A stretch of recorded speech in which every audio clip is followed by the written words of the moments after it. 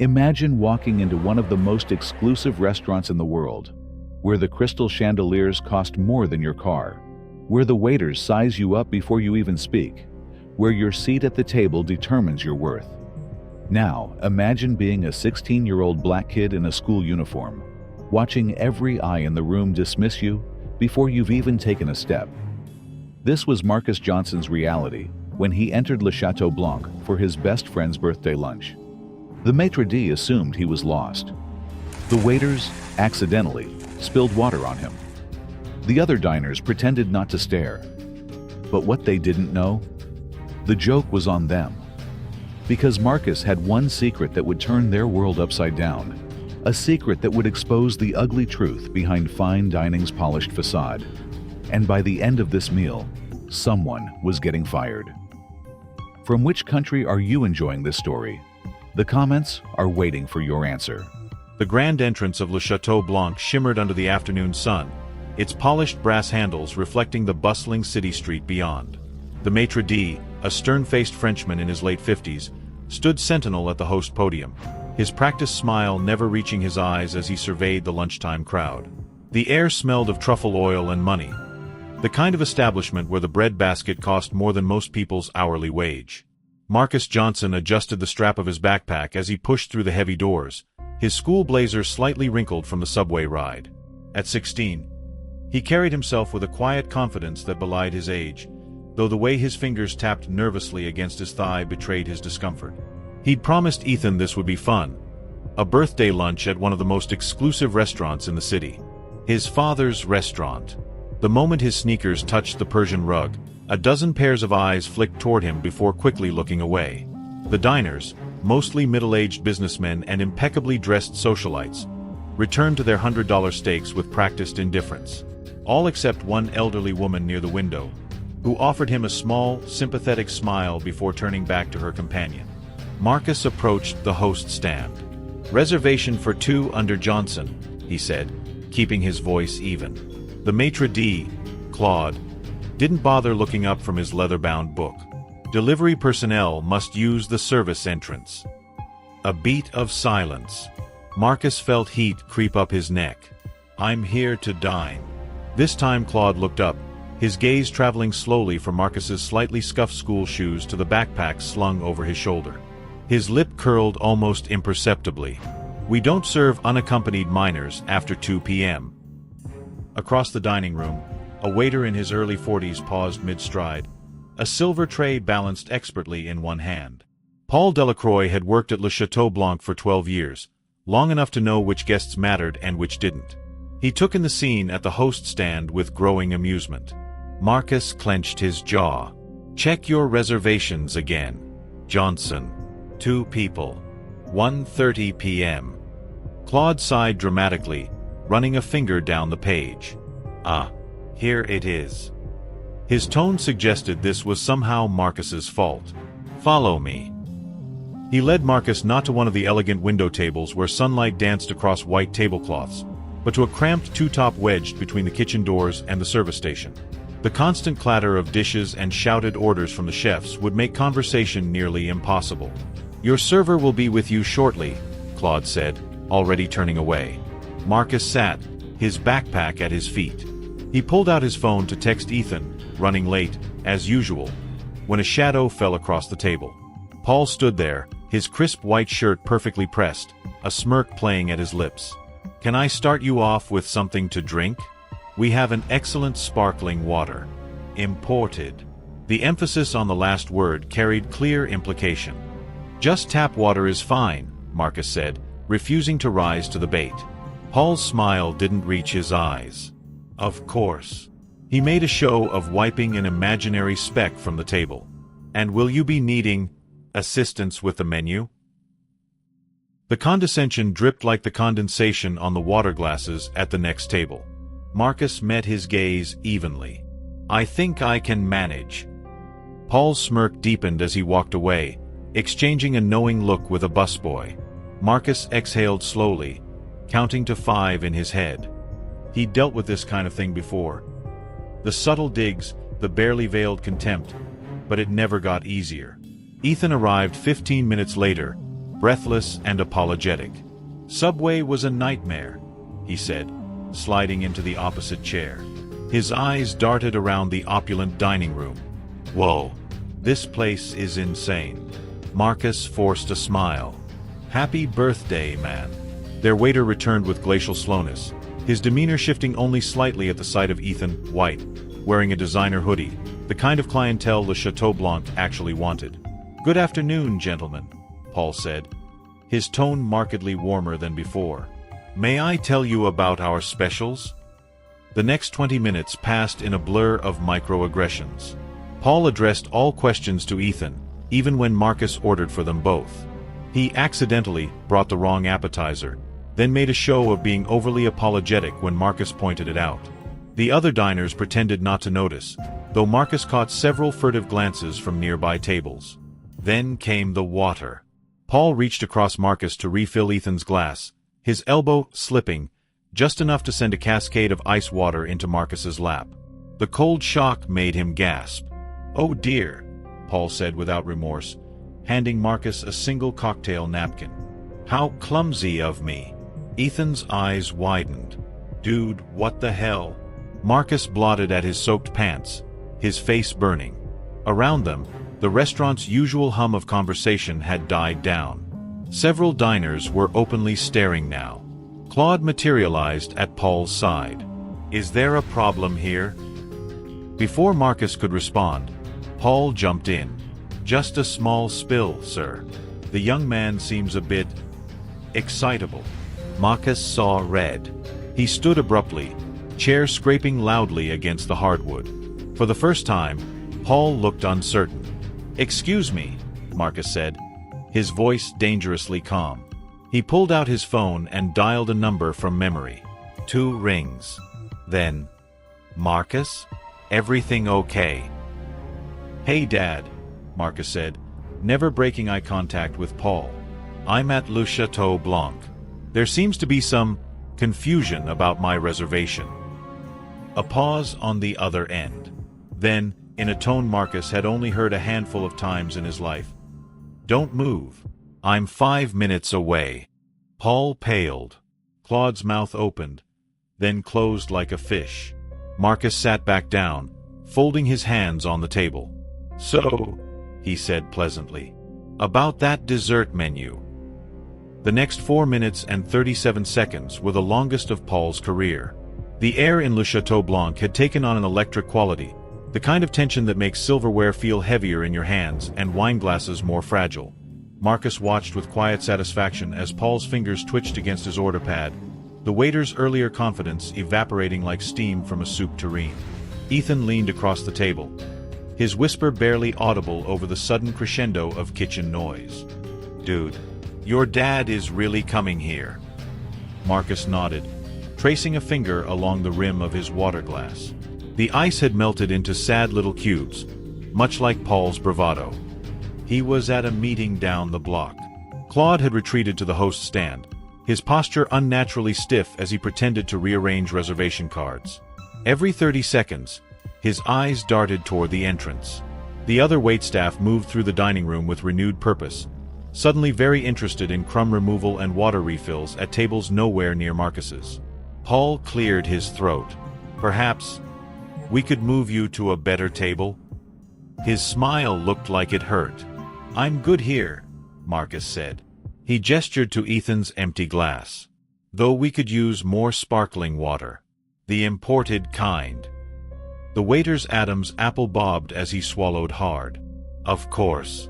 Immediately. As Paul hurried away, Ethan let out a low whistle. I've never seen someone's career flash before their eyes like that.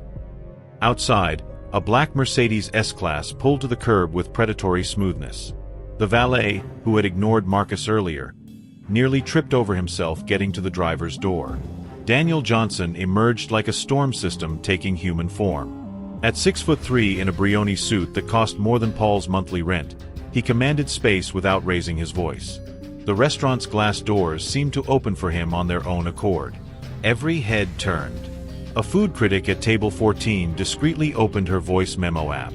Claude materialized at Daniel's side like a nervous specter. "Mr. Johnson." What an unexpected. Where's my son? The maitre d' gestured weakly toward the back of the restaurant. Daniel's eyes locked onto Marcus's water-stained slacks, then flicked to Paul, now frozen in place near the service station, a water pitcher trembling in his hand. The walk across the dining room took approximately 7 seconds. Marcus counted.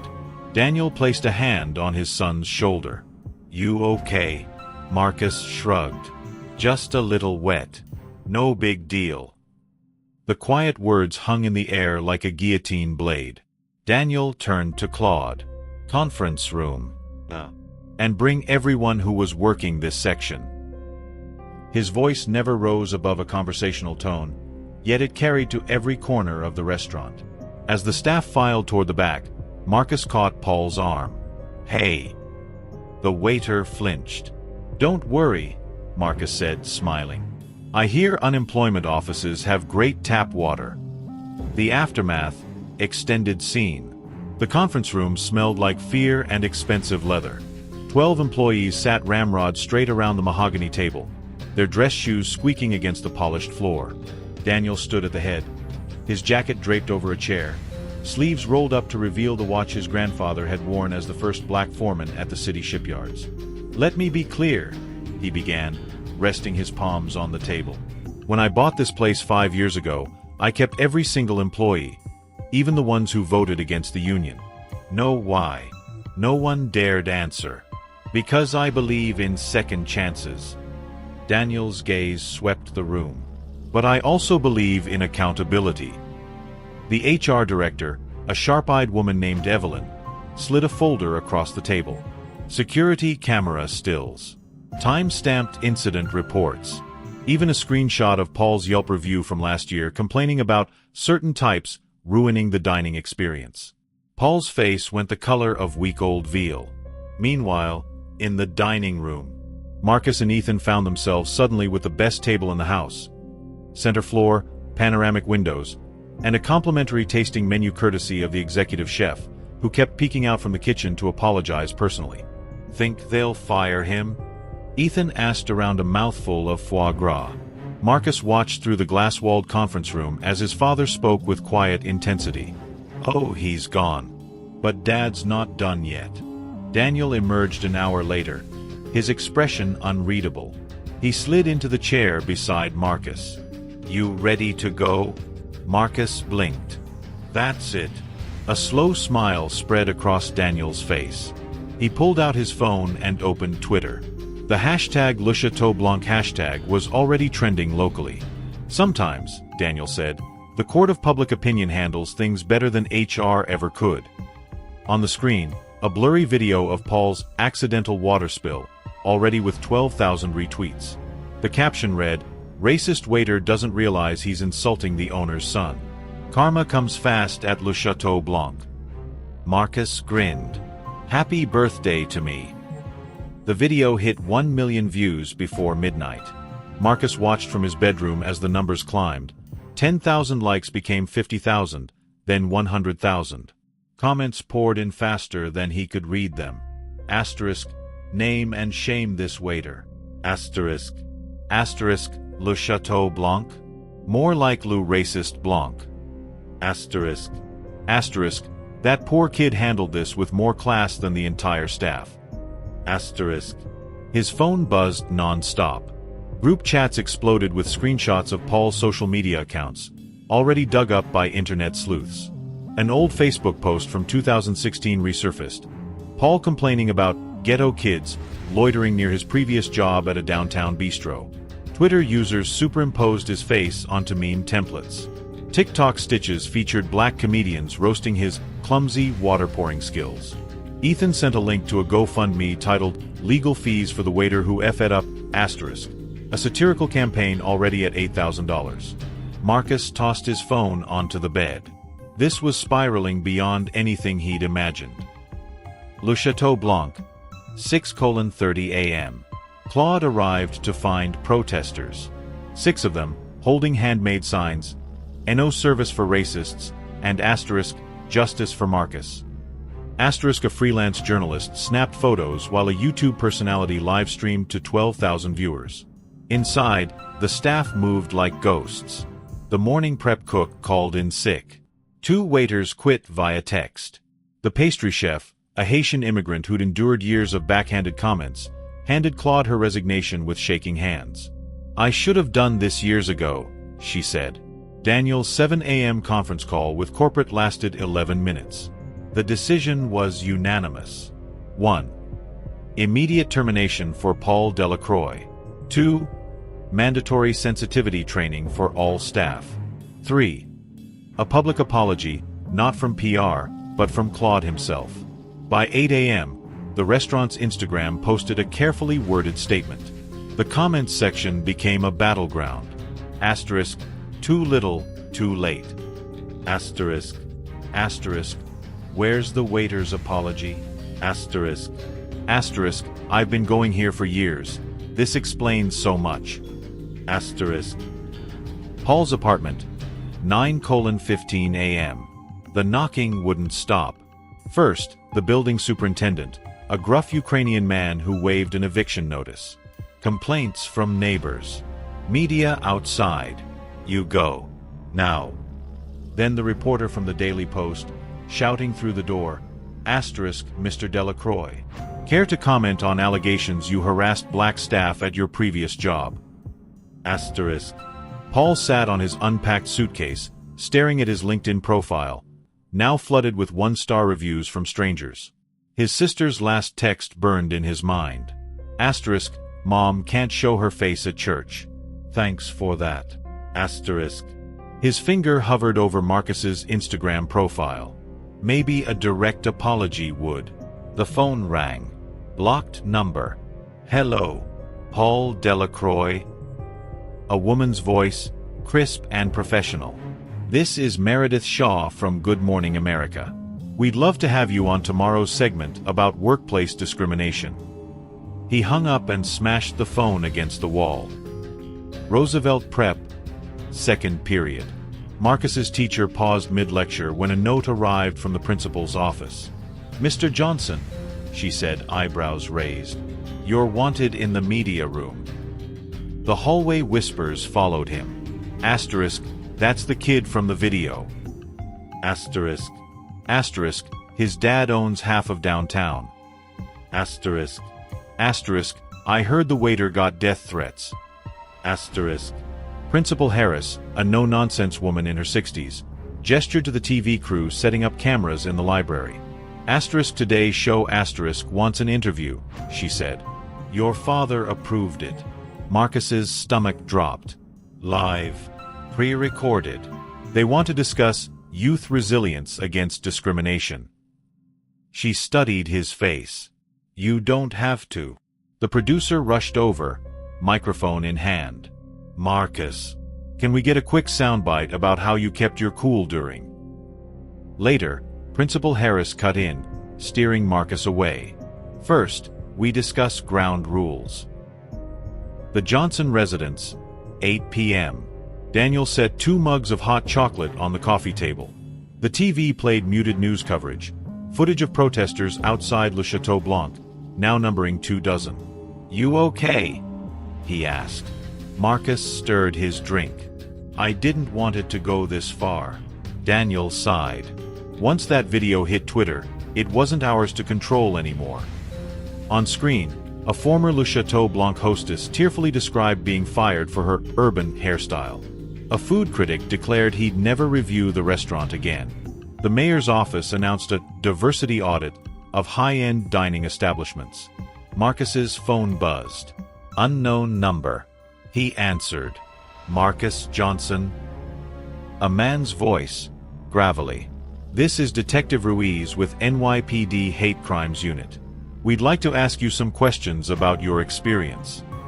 Daniel snatched the phone. This is his father. Call our lawyer. He hung up, face grim. We're shutting this down now. The green room lights buzzed like angry hornets as Marcus adjusted his tie for the 12th time. A makeup artist dabbed powder on his forehead while a Today Show producer crouched beside him, rapid-fire whispering. Asterisk, just be yourself. Share your truth. And for God's sake, don't mention the death threats. We're framing this as an inspirational piece. Asterisk. Beyond the curtain, Savannah Guthrie's voice warmed up the studio audience. Coming up, the viral video that exposed hidden racism in high-end dining, and the remarkable teenager at the center of it all. Marcus's palms slicked with sweat. This wasn't some TikTok reaction. This was network television. His father's hand settled on his shoulder. "Remember," Daniel murmured, "you don't owe them tears. Just facts." The countdown began. 5, 4, 3. Le Chateau Blanc. Same morning. The health inspector arrived unannounced at 9:03 a.m. Claude's smile froze as the woman in the blue windbreaker flashed her badge. "Routine inspection," she said, though the stack of paperwork in her arms suggested otherwise. Her gloves snapped as she found mold-like substance in the ice machine, later determined to be lime zest. Flagged a fridge thermometer reading 41 degrees Fahrenheit, 1 degree above violation threshold. Requested employee files for random sampling. By lunchtime, the New York Eats blog published an exposé. Asterisk Le Chateau Blanc's shocking health code history. What they don't want you to know. Asterisk the comments section erupted with fake accounts claiming everything from food poisoning to rat sightings. Paul's sister's apartment, 2 p.m. The YouTube setup looked pathetic. A laptop propped on cookbooks, a Walmart ring light casting harsh shadows. Paul's sister had refused to film him, so he used a selfie stick. "Look," he said to the camera, sweat beading on his upper lip. "I messed up. I judged that kid before knowing him. And I." His phone buzzed with a Twitter alert. Asterisk a Today Show just posted, "Teen describes humiliating racism at luxury restaurant." Asterisk. He deleted the take. Started over. "I'm not a racist, okay? My best friend at my last job was black. But I let my personal biases." The doorbell rang. His sister's voice, tight with anger. "Paul, CNN is here." The camera kept recording as he dropped the selfie stick. Roosevelt Prep. During lunch period. Marcus's chicken sandwich turned to sawdust in his mouth as the cafeteria TVs played his Today Show interview. When he spilled that water on purpose, his own voice echoed through the room. Asterisk. "I realized, this isn't about me. It's about every black kid who's ever been made to feel unwelcome somewhere." Asterisk. A hush fell over table 12.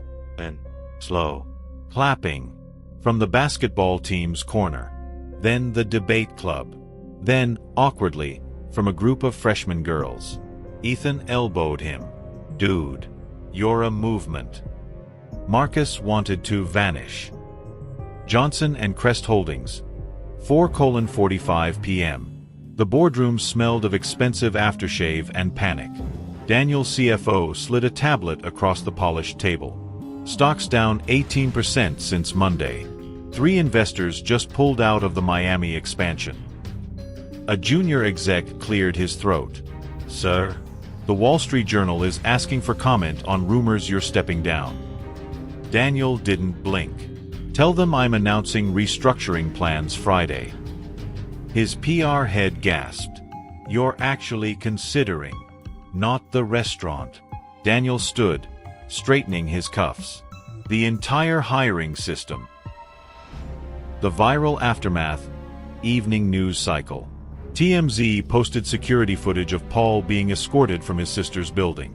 A TikTok influencer staged a die-in at Le Chateau Blanc's entrance. The Daily Mail uncovered Paul's 2014 DUI. Comments flooded with, "Of course he's racist and a drunk." Marcus's Instagram follower count hit 250K. But the Real bomb dropped at 11:17 p.m. At Restaurant Truth, a newly created account, tweeted, asterisk, Le Chateau Blanc's random health inspection? Requested by mayor's office after donor complaints. Hashtag white privilege backfires, asterisk. The attached email chain showed Claude's cousin, a city councilman, attempting to block the inspection last year after salmonella complaints. The internet collectively lost its mind. The email arrived at 2:37 a.m. Marcus woke to the sound of his father shouting downstairs. A sound so foreign it sent him stumbling barefoot into the hallway before he was fully awake. Daniel stood in the kitchen, still in his suit pants from the night before, gripping his laptop hard enough to whiten his knuckles. On the screen. Subject: urgent. Security breach. Attached files: home_address.pdf, school_scheduled xlsx, blueprints.jpg. Marcus's stomach dropped. Dad. Daniel didn't look up. They doxed us. Everything, our address, your class schedule, even the security system schematics. His voice was terrifyingly calm. Someone posted it on 4chan. The landline rang. Daniel snatched it up. Johnson residence. A pause. Then cold as steel. If that's a reporter, I swear to God. The voice on the other end spoke rapidly. Daniel's posture changed. You're sure? No, we'll be there. He hung up and grabbed his keys. Get dressed. We're going to the restaurant. Le Chateau Blanc, 3:15 a.m. The protesters were gone, leaving behind trampled signs and the faint sting of pepper spray in the air. 2 police cruisers idled out front, lights spinning. Inside, Claude sat slumped at the bar, tie undone, staring at the shattered remains of the front windows. Glass glittered across the Persian rugs like malignant snow. Daniel stepped over a toppled champagne bucket. What happened?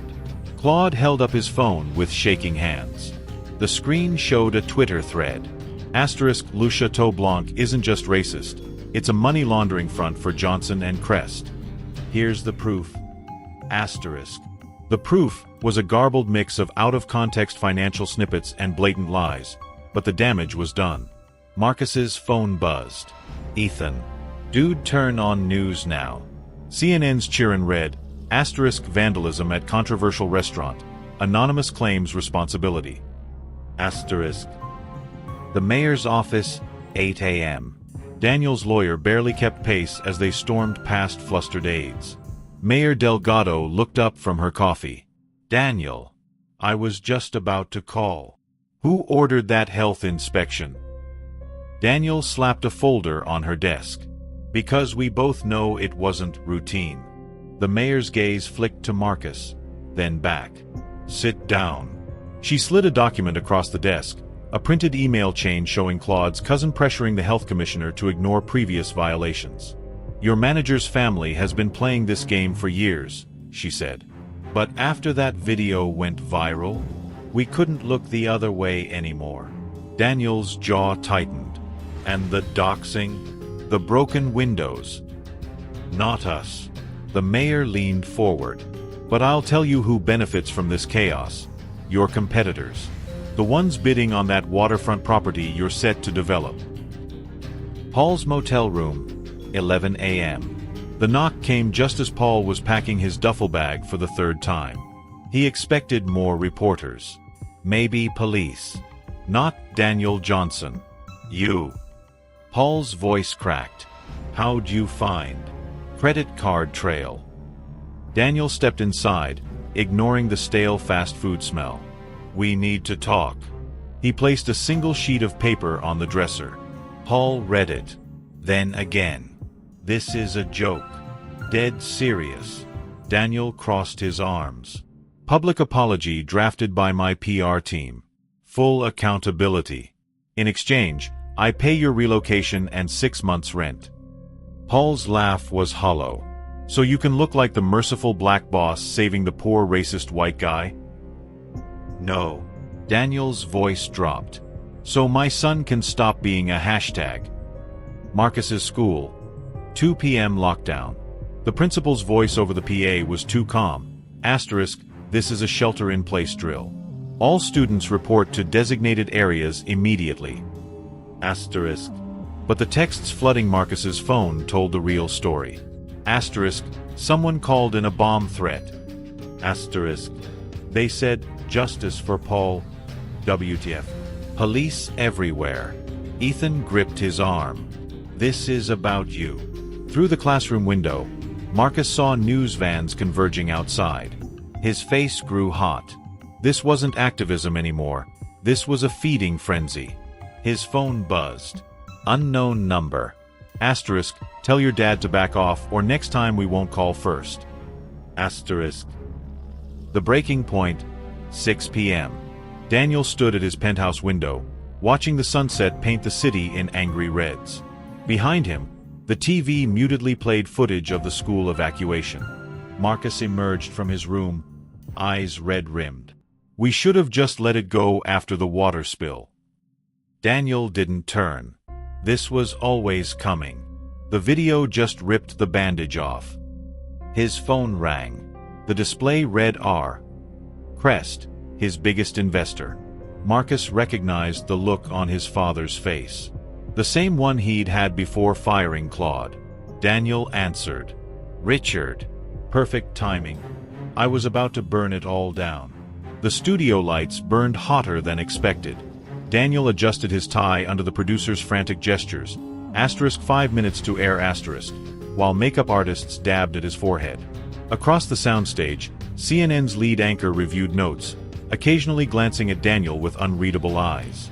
Marcus watched from the green room monitor, flanked by 2 private security guards hired that morning. His phone lay silent on the table, switched off after the 12th anonymous threat. "Mr. Johnson?" A production assistant offered bottled water. "They're saying this could trend globally. Are you ready?" Daniel's smile didn't reach his eyes. Born ready. The countdown began. Live on CNN. 8:03 p.m. EST. Joining us tonight with an exclusive announcement is Daniel Johnson, CEO of Johnson & Crest Holdings.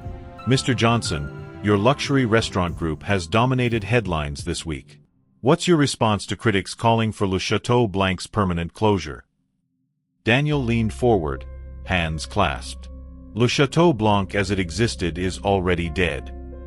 A beat of stunned silence from the anchor. "Effective tonight," Daniel continued, "we're rebranding all properties under a new initiative, Phoenix Hospitality. Every location will close for 30 days to implement radical changes. Blind audition hiring, third-party bias monitoring, and profit sharing for frontline staff." The anchor blinked. "That's unprecedented in fine dining." "Good." Daniel turned directly to camera.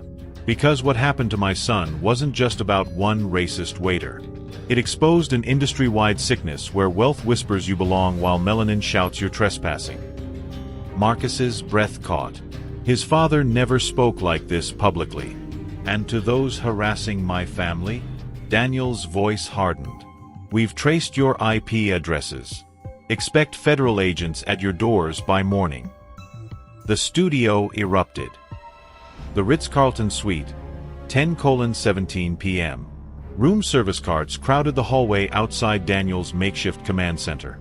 Lawyers huddled over laptops while PR teams monitored social media explosions. #Phoenix Hospitality topped Twitter's trends. The NYT already drafted *. Can luxury dining's racism problem be solved? Le Chateau Blanc's former pastry chef live tweeted support with #BlackExcellence. Marcus scrolled past screenshots of troll accounts being suspended mid-rant. His thumb hovered over a notification. @Chef Gabriella M had tagged him. Ethan gasped. "Dude. The Gabriela Mendez? Like, youngest Michelin-starred chef ever." The tweet read, *@Marcus J. Your dad's AG. But real change needs voices like yours too. My team's in NYC Thursday. Let's cook up justice. DM me. A knock interrupted them. Paul stood in the hallway, flanked by hotel security. His left eye twitched. "Your father said I could talk to you." Marcus let him in but didn't offer a seat. Paul's hands trembled around a manila envelope. "I didn't know about the threats. Or the school thing. That's not.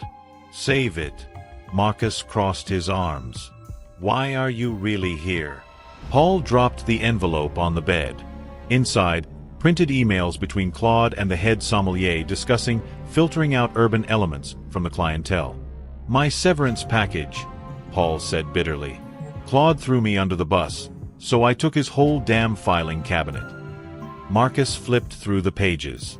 Reservation logs with coded notes, *VIP equals white, well-dressed, *. Staff meeting minutes bemoaning hip-hop elements, scaring away older patrons. Ethan whistled. This is a lawsuit goldmine. Paul looked at Marcus. I was an asshole. But they built the system. For the first time, Marcus saw it. Not remorse, but rage at being the fall guy. He picked up his phone.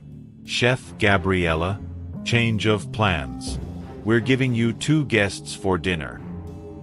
The dark web backlash. 2:14 a.m.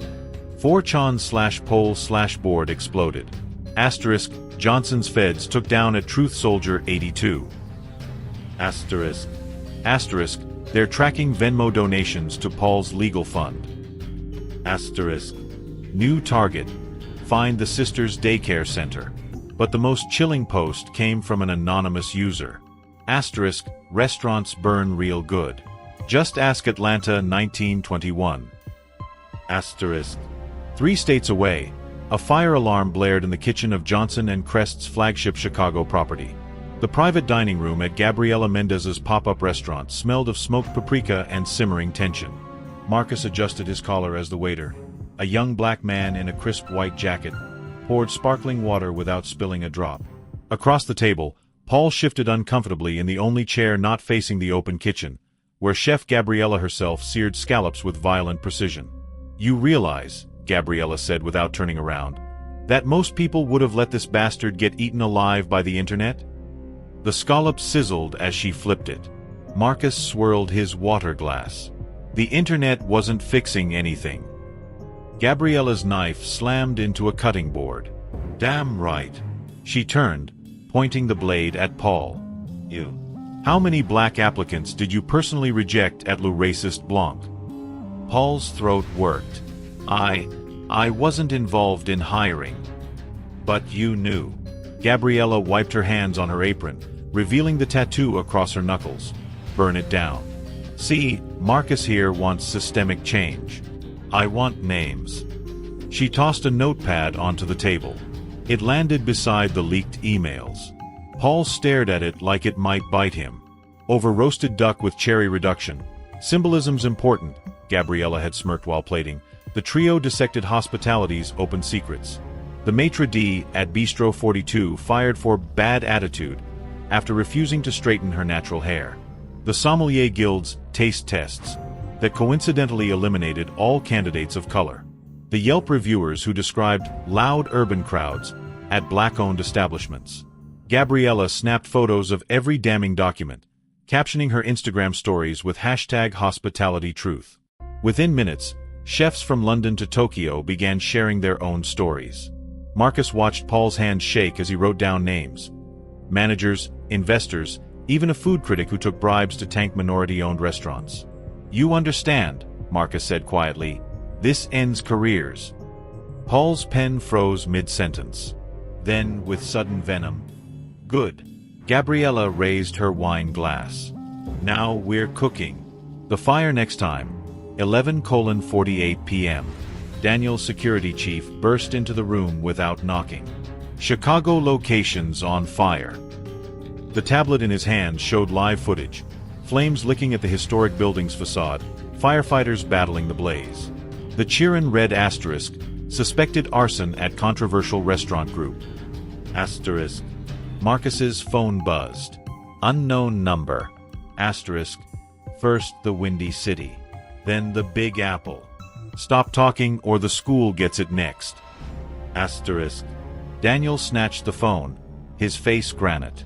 Lock down every property. Now. The counterstrike. 2:00 a.m. In a Queens basement, for hackers cheered as their Bitcoin wallets ballooned with anonymous donations. Easy money, laughed the ringleader, a pimpled 19-year-old named Jason who'd never set foot in Le Chateau Blanc but loved triggering the libs. His smile died when the door burst open. FBI. Hands on keyboards. As agents swarmed the room, one paused to read Jason's latest post. Asterisk, Johnson's kid goes to Roosevelt Prep, right? Someone should check the asterisk. The agent cuffed him extra tight. The morning after press conference. Microphones crowded like vultures as Daniel stepped to the podium. Behind him stood Gabriella, Marcus, and, to audible gasps, Paul. Last night's arson injured 3 firefighters, Daniel began, his voice raw. That's not activism. That's terrorism. Cameras flashed as he unveiled the Phoenix Initiative's first concrete steps. 1. Immediate termination of all managers named in the leaked emails. 2. Partnership with HBCUs for hospitality recruitment. 3. A $5 million fund for minority-owned restaurant startups. Then Gabriella took the mic, and for those who still don't get it, she gestured to Paul. The former waiter stepped forward, his prepared statement shaking in his hands. I was wrong. Not just about Marcus, but about everything. He swallowed hard. And if a privileged jerk like me can change, so can this industry. The private jet touched down at Teterboro Airport just as dawn cracked over the Manhattan skyline. Marcus pressed his forehead against the cool window, watching the ground crews scramble below. 3 days in Chicago coordinating fire relief efforts had left dark smudges under his eyes. His father's voice cut through the cabin's hum. Look. Daniel held out a tablet displaying Eater's breaking news alert. Vincent Moretti's restaurant group severs ties with disgraced manager Claude Beauvais amid leak fallout. Marcus frowned. Since when does Moretti make public statements about staff? Since he needed to distance himself from the racist paper trail. Daniel's thumb scrolled through damning financial records. Claude's secret consulting fees for Moretti Hospitality, paid monthly for 6 years. This wasn't just bias. It was business. The revelation hit Marcus like a gut punch. Moretti's empire owned 12 Michelin-starred properties competing directly with Le Chateau Blanc. If they'd encouraged Claude to keep minority diners away to maintain ambience. That's not just racism, Marcus breathed. That's a monopoly. The limo door slammed shut behind them. Exactly, Daniel said. And we're taking it down. Gabriella's test kitchen smelled of burnt sugar and conspiracy. She paced between induction burners where 3 laptops steamed alongside pots of caramel. Moretti's team called me yesterday, she said, tossing a business card onto the stainless steel counter. V. Moretti. Personal cell scribbled on the back. Offered me my own show on their new culinary network. Marcus picked it up. They're bribing you. Distracting me.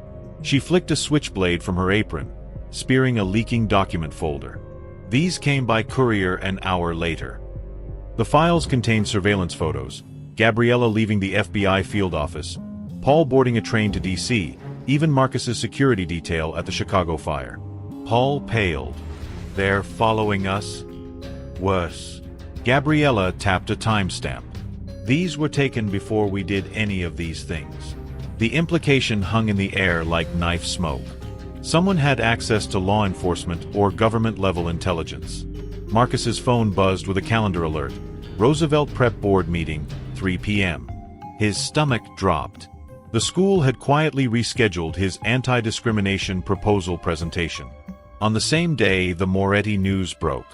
Coincidences were getting expensive. The school gambit. Principal Harris's office smelled of antiseptic and anxiety. The board members, mostly silver-haired donors in Brioni suits, shifted uncomfortably as Marcus projected his slides. Last month's bomb threat cost $83,000 in security upgrades, Marcus said, clicking to a spreadsheet.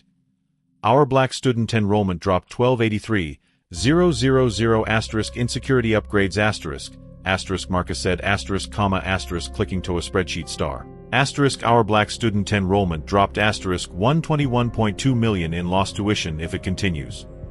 Mrs. Eldridge, the board chair, sniffed. We're not changing admissions standards because of... not admissions. Marcus advanced the slide. Perception. The screen showed Roosevelt Prep's Instagram flooded with comments. Fancy training ground for future racists. And my kid won't attend until real change happens. A board member's phone rang. He glanced at the caller ID and stood abruptly. Excuse me. Principal Harris leaned forward. What exactly are you proposing, Marcus? He took a deep breath. Mandatory unconscious bias training. Student Diversity Task Force. And he braced himself, publicly endorsing the Phoenix Initiative. The door burst open. The board member rushed back in, face ashen. Vincent Moretti just withdrew his grandson's application and his $5 million library donation. The room erupted. The trap sprung. Paul never saw the van coming. 1 minute he was hailing a cab outside Penn Station, the next, blackness. He came to in a sterile conference room, wrists zip-tied to a chair. The man across the table sipped espresso from a Le Chateau Blanc Demitasse. Claude. Hello, traitor. Paul's mouth tasted of blood. You're not stupid enough to kidnap me. Kidnap? Claude smiled, sliding over a signed severance agreement. You came willingly to discuss hush money. Then this. He tapped a tablet playing security footage of Paul pocketing confidential files. Got leaked to the press. The screen switched to a Twitter post. Paul Delacroix exposed selling secrets to TMZ $4.250K. Paul's stomach lurched. The footage was doctored. The tweet was fake. But the internet wouldn't care. Claude stood. Vincent wants you to deliver a message to your little friends. He dropped a burner phone in Paul's lap. Play the video. The screen showed Marcus's security detail's home address. Then his daughter's school schedule. The safe house smelled like stale coffee and paranoia. Marcus paced the length of the converted loft, 8 steps from the bulletproof window to the steel-reinforced door, while Gabriella disassembled their burner phones with a steak knife. Moretti didn't just know our moves, she said, prying apart a SIM card. He scripted them. That school board ambush, the fake Paul video, all timed too. Daniel's fist slammed onto the granite countertop. I should have seen it. Claude was never smart enough to run this alone. On the muted television, CNN played the doctored footage of Paul confessing to fabricating the racism claims for profit. The cheerin read, *Le Chateau Blanc scandal takes shocking turn. *. Marcus's phone buzzed. Encrypted message from Paul's burner. *. They're making me record another confession tonight. Real one this time. Gun to my head. Location attached. Send cops and I'm dead. *. The coordinates showed a warehouse in Red Hook. Gabriella grabbed her jacket. I'll call my FBI contact. No. Daniel's voice cut like steel. Moretti owns half the precinct. We do this my way. He opened the safe, revealing 3 Glocks. Marcus had never seen his father hold a gun. The smell of rotting fish and diesel fuel clung to the Red Hook piers. Marcus crouched behind a stack of shipping containers, watching the warehouse's single-lit window through binoculars. Inside, Paul sat handcuffed to a chair, face swollen. A goon in a Yankees cap paced behind him, occasionally slapping the back of his head. Claude chain-smoked by a laptop, typing rapidly. Gabriella's whisper came through Marcus's earpiece. I count 4 hostiles. No sign of Moretti. Daniel's voice, colder than the harbor wind. Move on my signal. Then, tires screeching. A black Escalade skidded to a halt outside. Marcus's breath caught. Vincent Moretti stepped out. The 68-year-old restaurateur looked like a retired professor in his cashmere overcoat, but Marcus saw the predator in his gait. This was the man who'd built an empire by bankrupting competitors and seducing critics. Claude rushed to meet him. We've got Delacroix singing like a... Moretti backhanded him. You incompetent worm. The Johnson boy isn't even here. Marcus's blood turned to ice. Trap. Moretti turned directly toward their hiding spot. Daniel, I know you're listening. Let's talk business before the police I called get here. A siren wailed in the distance. The warehouse office stank of sweat and fear. Moretti poured 2 fingers of Macallan, pushing one toward Daniel. 20 years I've waited, he said. Watching you steal my chefs, my investors, even my wife's favorite sommelier. He sipped. But this? Your own son handing me the knife. Marcus flinched. Moretti tapped his phone. A recording played, Claude's voice. *, the kids applying to Brown. His essays all about the incident. We could adjust his narrative. Asterisk. Daniel's fist clenched. You wouldn't dare. Not me. Moretti smiled. The Times will run an exposé tomorrow. How Marcus Johnson exploited racial tensions to cover up his father's financial crimes. He leaned forward. Unless you sell me Phoenix hospitality for $1. Gabriella's gun cocked. We've got this whole conversation on tape. Moretti laughed. My dear, this warehouse hasn't had electricity since Sandy. Your little recorder is as useless as your. The door exploded inward. FBI SWAT flooded the room. And behind them, Paul, holding a phone streaming live to 2.7 million Twitter users. Sorry I'm late, he rasped. Had to reboot the app after Yankee Cap here pistol whipped me. Moretti's glass shattered on the floor. The fallout. By dawn. Hashtag Moretti Mafia trended globally. The Times published Moretti's blackmail attempts alongside his victims' testimonies. 3 Michelin-starred chefs announced boycotts of Moretti properties. The SEC froze Claude's offshore accounts. But in the safe house bathroom, Marcus vomited until his ribs ached. They'd won. So why did it feel like they'd all lost something? Daniel's reflection appeared behind him in the mirror. It's the gunpowder, he lied gently. Always sickens you the first time. Marcus spat into the sink. We played his game. That makes us just like. No. Daniel turned him around. We ended it. Outside, Gabriella argued with FBI agents over evidence chain of custody. Paul slept upright on the couch, his broken nose whistling with each breath. And on the counter, Moretti's untouched drink sweated onto the marble. The morning sunlight streaming through the penthouse windows felt like a lie. Marcus stared at the front page of the New York Times spread across the breakfast table. Vincent Moretti's perp walk photo juxtaposed with his own smiling yearbook portrait.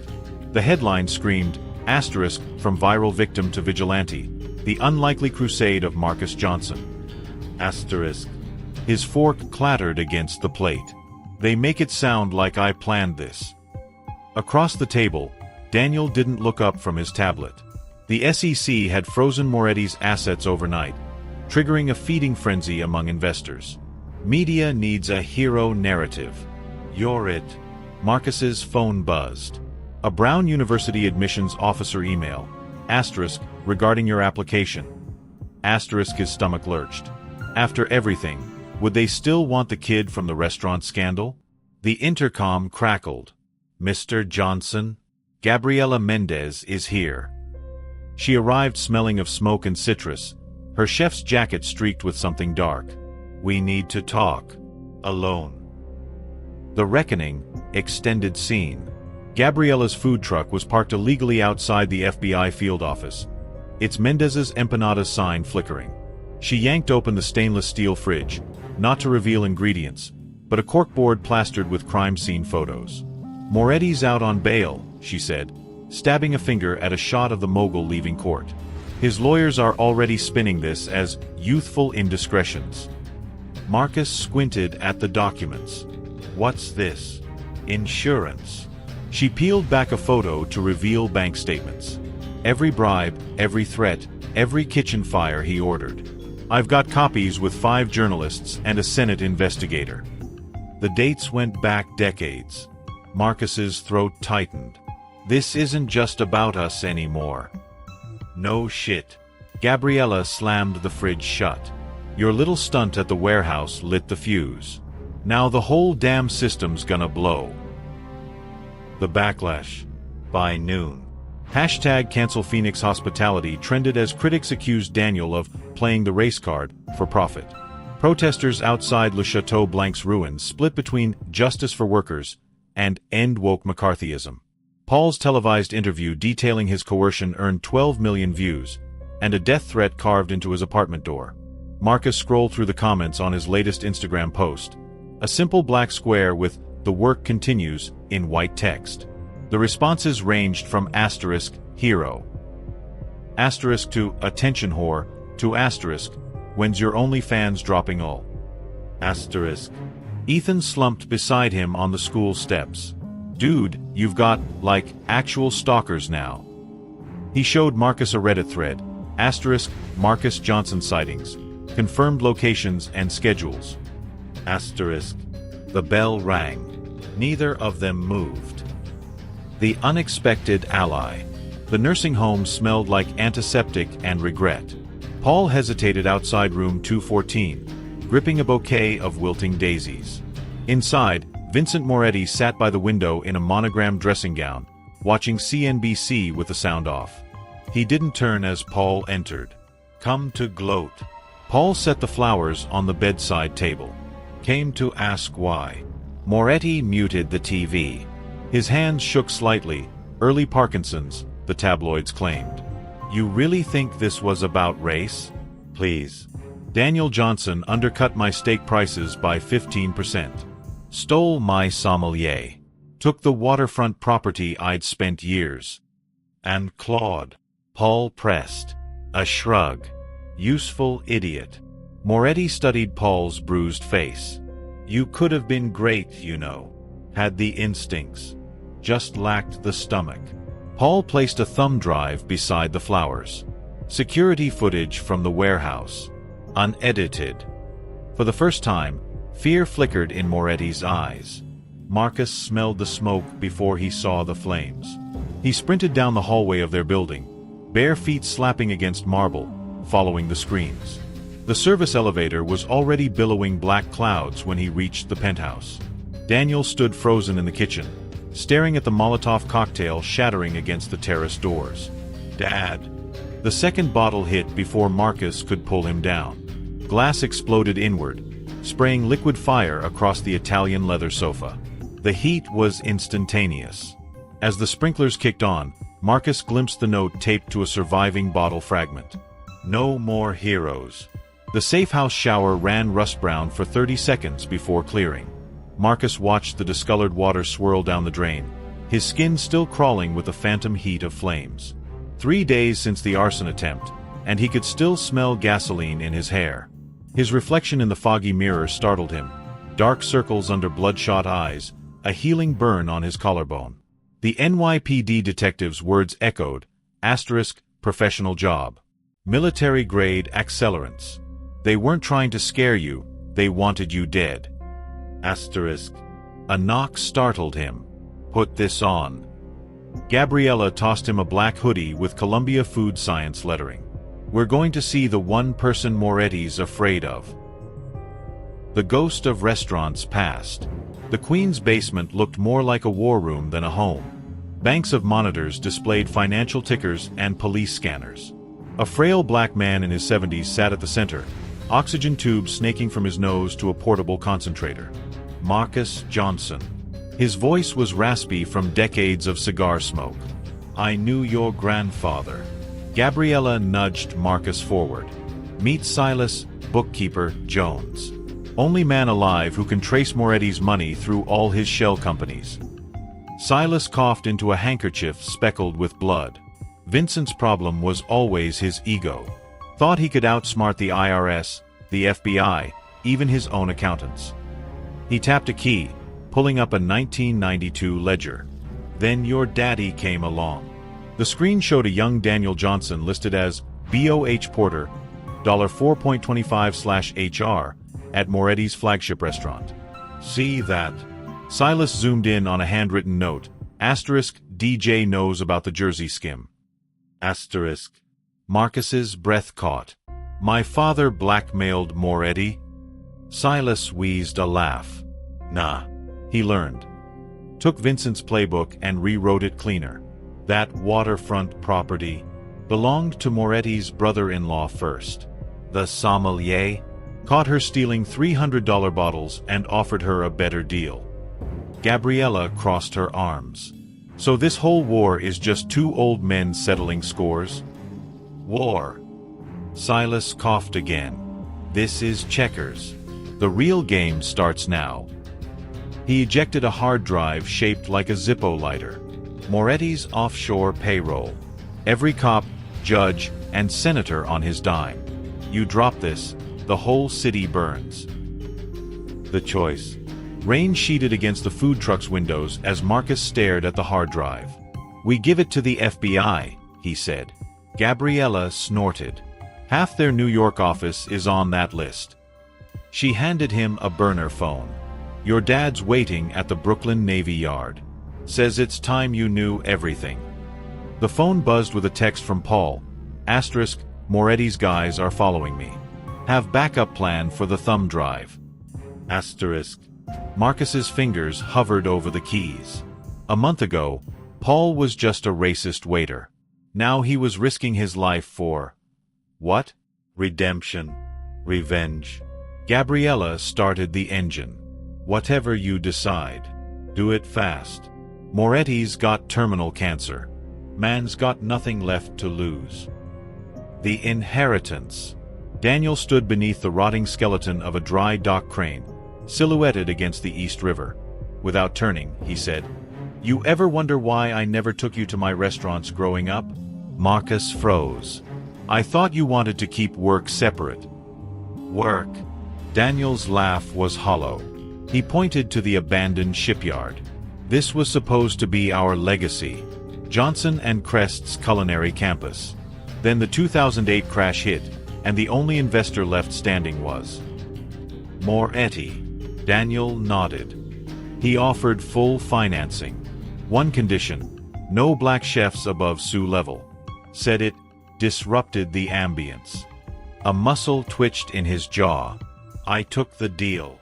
The confession hung between them like smoke. Marcus's stomach twisted. All those years of his father preaching integrity, while his empire was built on the same compromises as Moretti's. "You're wrong," Daniel said, reading his face. "I took his money, then spent 10 years dismantling him from the inside. That waterfront property, stolen back acre by acre. The sommelier, planted to record his wine fraud." He pressed a key fob into Marcus's palm. "Now you choose, drop Silas files and watch the city eat itself alive, or use them to force real change." The fob bore the Phoenix Hospitality logo. The sacrifice. Paul's last text came at 3:17 a.m. Asterisk, "There at my door. Drives in the ceiling panel at the diner." Asterisk. By the time Marcus and Gabriella reached the all-night diner on 9th Avenue, NYPD was already taping off Paul's booth. A detective nodded to the blood smeared across the Formica table. "Witness says 3 guys dragged him out the back. Left this." He held up an evidence bag containing a single item. Paul's severed pinky finger, the nail still painted with Le Chateau Blanc's signature gold polish from his waiter days. Gabriella crossed herself. Marcus vomited in the trash can. The detective lowered his voice. "Kid, you need to disappear. These people play for keeps." Marcus wiped his mouth. "Where's the thumb drive?" Above them, a ceiling tile hung slightly askew. The USB drive burned like a live coal in Marcus's pocket as he stepped into the lion's den. Moretti's penthouse smelled of lemon polish and impending death, the sterile tang of hospital-grade disinfectant barely masking the sour undertones of sickness. The once formidable restaurateur now sat shriveled in a wheelchair, and 4 drips snaking beneath his cashmere robe. "You look like your grandfather," Moretti rasped. "Same stupid eyes." Marcus didn't sit. He placed the drive on the ebony chessboard between them, its metallic click echoing. "Paul Delacroix is missing." A skeletal hand waved dismissively. "Low-level employees come and go." His finger was left in a diner booth. Marcus leaned forward. "Funny thing, the nail polish matched your signature gold silverware." Moretti's oxygen machine hissed.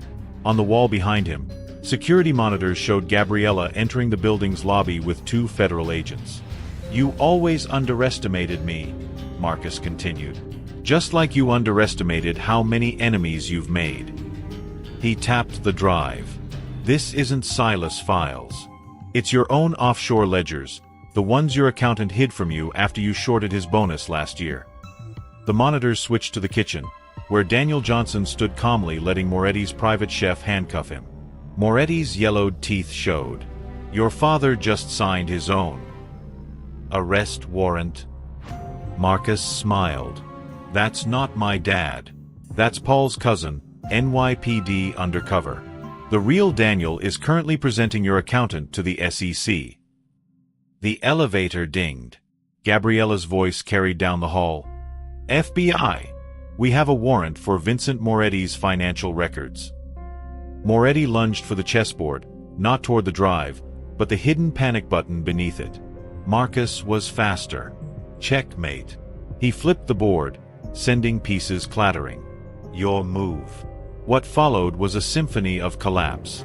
6:03 p.m. FBI raids Moretti's flagship restaurant, arresting the maitre d' for witness intimidation. 6:17 p.m. NYSE halts trading in Moretti Hospitality Group as stock plummets 89%. 6:45 p.m. The Wall Street Journal publishes Silas Files, exposing payoffs to 3 city council members. 7:12 p.m. A bloodied but alive Paul Delacroix is found locked in a storage unit at JFK Airport. Marcus watched it all unfold from Roosevelt Prep's rooftop, the city's skyline twinkling like the chessboard he'd just overturned. His phone buzzed with a text from Brown University. Congratulations. You've been admitted to the class of 2025. The door creaked open. Paul limped out, his bandaged hand cradled to his chest. They made me watch, he said hoarsely, while they burned your father's properties. Marcus handed him a soda. We know. Paul's laugh turned into a cough. The joke's on them. I memorized every name, every location. He tapped his temple. Human thumb drive. For the first time in weeks, Marcus felt something like hope. The reckoning. The press conference at Phoenix Hospitality's new headquarters lasted 17 minutes. Daniel announced: 1. Full scholarships for minority culinary students. 2. A unionized workforce with profit sharing. 3. Free meals at all locations for food-insecure families. No one noticed Paul slip away during the applause. Marcus found him in the alley, vomiting into a dumpster. You don't have to disappear, Marcus said. Paul wiped his mouth. Yeah, I do. He held up his maimed hand. This isn't redemption. It's survival. A black car pulled up. Paul hesitated. For what it's worth. I'm sorry about the water. Then he was gone. The hostess at Phoenix Bistro didn't recognize Marcus at first. His locks now shoulder length, his posture taller. She gasped when he showed ID. Mr. Johnson, your tables. Actually, Marcus interrupted gently, I'm dining in the kitchen tonight. Through the pass window, he watched his father laugh with the line cooks, his suit jacket swapped for chef's whites. The menu featured Marcus's favorite childhood dishes, collard greens with smoked turkey, cornbread soufflé, sweet potato pie. At the host stand, a black teenager in a Roosevelt Prep blazer waited nervously. The hostess glanced at his sneakers, then at the reservation name. Right this way, Mr. Thompson. Marcus smiled. The game wasn't over. But the board had changed. The smell of fresh paint and baking bread filled Phoenix Bistro's newly renovated dining room. Marcus adjusted his tie as he surveyed the space. Warm Edison bulbs casting a golden glow over reclaimed wood tables, the walls adorned with vibrant art from local black creators. A far cry from Le Chateau Blanc's cold marble. His phone buzzed. Ethan. Asterisk. Dude, you're trending again. Check CNN. Asterisk. On screen, Vincent Moretti stood in an orange jumpsuit outside federal court, his once imposing frame now gaunt from chemotherapy. The cheerin read, asterisk, disgraced restaurateur sentenced to 18 years for racketeering. Asterisk. A hand clapped his shoulder. You okay? Daniel asked, following his gaze to the TV. Marcus muted the volume. Just thinking about how much damage one man can do. And how much good another can. Daniel nodded toward the kitchen, where Gabriella was coaching a nervous teen through plating duck confit, the same busboy who'd clapped for Marcus that day in the cafeteria. The front door chimed. Paul stood in the entrance, his right hand still missing the pinky, gripping a worn suitcase. His left held a pristine white chef's jacket. Hope that offer still stands, he said quietly. Marcus exchanged a look with his father. Daniel stepped forward. "Dish pits that way. You'll start at minimum wage." Paul's shoulders relaxed for the first time in months. "Best news I've heard all year." As he disappeared into the kitchen, Marcus's phone lit up with a calendar alert. Asterisk, Brown University move in day, 2 weeks. Asterisk. Outside, the first snow of winter began to fall, blanketing the city's scars in quiet white. The first snowflakes dusted the shoulders of Marcus's overcoat as he stood outside Phoenix Bistro's glowing windows. 6 months had transformed the space. Where Le Chateau Blanc's pretentious gold lettering once hung, now bold crimson signage proclaimed Phoenix in sleek, modern typography beneath the emblem of a rising bird. Inside, the hum of conversation and clinking silverware was punctuated by bursts of laughter. The grand reopening was in full swing, every table packed with a mix of food critics, neighborhood regulars, and, to Marcus's quiet satisfaction, several black families dressed in their Sunday best, clearly treating this as a special occasion. "Table 6 needs their check," Gabriella called from the kitchen pass, her chef's whites smudged with what looked like mole sauce. She caught Marcus staring at the stains and smirked. "What? You wanted authentic?" Marcus opened his mouth to respond when the front door chimed. A hush fell over the dining room as all eyes turned to the entrance. Paul Delacroix stood framed in the doorway, snow melting in his cropped hair. The once sleek waiter now looked rugged, his leather jacket scuffed, a healing scar visible above his eyebrow. But it was his hands that drew Marcus's attention. The right one, missing its pinky, clutched a suitcase. The left held a neatly folded white chef's jacket. Every staff member froze. The dishwasher stopped mid-scrub. The line cooks peered through the pass. Even the diners seemed to hold their breath. Paul's throat worked as he met Marcus's gaze. "Heard you were short-staffed." A clatter broke the silence as the young busboy, Jamal, Marcus remembered, dropped a tray.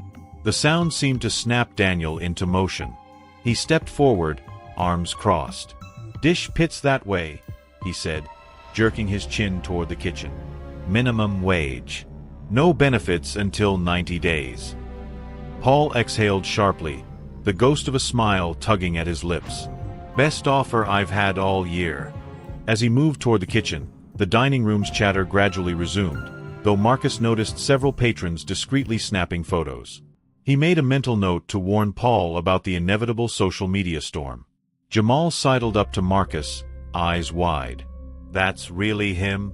The waiter from the video?" "Yeah," Marcus said, watching Paul greet Gabriella with a stiff nod. "But that's not who he is anymore." The kitchen's heat hit Paul like a wall, the familiar cacophony of sizzling pans and shouted orders sending a pang through his chest. He hadn't stood in a professional kitchen since Delacroix.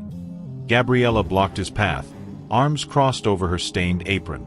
"You touch one plate without washing your hands first, I'll take another finger." Paul held up his maimed right hand. "Not much left to lose, chef." To his shock, Gabriella barked a laugh. "Dios mio, you actually grew a spine." She shoved a tub of silverware at him. "Start polishing. And welcome to rock bottom." As Paul set to work, he became aware of the kitchen staff stares, some curious, some hostile. The pastry chef from Le Chateau Blanc, Marie, he remembered with a jolt, deliberately turned her back on him. Only Jamal seemed willing to engage, sliding a coffee toward Paul during a lull. "So, you really got kidnapped by the mafia?" Paul wrapped his hands around the warm mug. "Kidnapped implies they didn't pay for the Uber." Jamal's startled laughter broke some invisible tension. Soon other staff drifted closer, drawn by morbid curiosity. Paul found himself recounting the past months, hiding in motels, the FBI safehouses, the reconstructive surgery on his hand.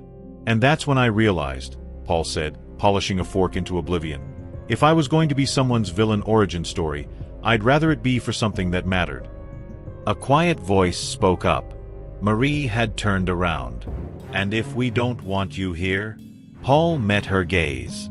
"Then I'll wash every dish until you do." The review that changed everything. Marcus nearly spat out his coffee when the notification popped up. Eater New York had published their review. Phoenix rises from ashes, and so does its most controversial hire. The article featured a stunning photo of Paul in the kitchen, his scarred hands carefully plating short ribs, with Gabriella watching approvingly in the background. The caption read, "Redemption, one dish at a time." But it was the final paragraph that made Marcus's throat tighten. Asterisk, what makes Phoenix revolutionary isn't just its minority hiring initiatives or community programs. It's the radical idea that people, like restaurants, can change. That a man who once judged patrons by their skin tone now takes direction from a black female chef. That the teenager who went viral for being wronged now employs the man who wronged him. In a city hungry for heroes and villains, Phoenix offers something rarer: second chances. Asterisk. His phone buzzed with a text from Ethan. Asterisk, dude. You crying? Asterisk. Marcus wiped his eyes. Asterisk. Kitchen smoke. Asterisk. The snow had turned to slush by closing time when Marcus spotted the familiar black town car idling outside. His stomach dropped as the window rolled down to reveal Vincent Moretti's gaunt face, the once powerful restaurateur now diminished by prison scrubs and a sheriff's escort for his medical furlough. "You look terrible," Marcus said bluntly. Moretti's chuckle turned into a wet cough. "Liver cancer has that effect." He gazed up at Phoenix's glowing sign. "I came to see what my billions couldn't buy." Inside, Paul froze at the dish station, soap suds dripping from his hands. For a long moment, the two men stared at each other, the broken king and the fallen pawn. Then Moretti did something Marcus never expected. He nodded. Just once. Almost respectful. As the car pulled away, Paul exhaled sharply. "That's it? No dramatic speech." Marcus watched the taillights disappear. Some stories don't deserve a climax. The fire alarm screamed through Phoenix Bistro at 3:17 a.m. Marcus arrived to find Gabriella already there, her pajama pants soaked to the knees from the sprinklers as firefighters hauled out blackened equipment.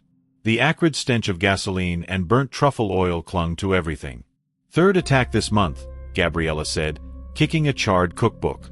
Her voice was hoarse, whether from smoke or rage, Marcus couldn't tell. "They hit our Bronx location last night. Same MO, gas cans through the back, accelerant on the bar." Daniel emerged from the wreckage holding a half-melted security camera. "Not random."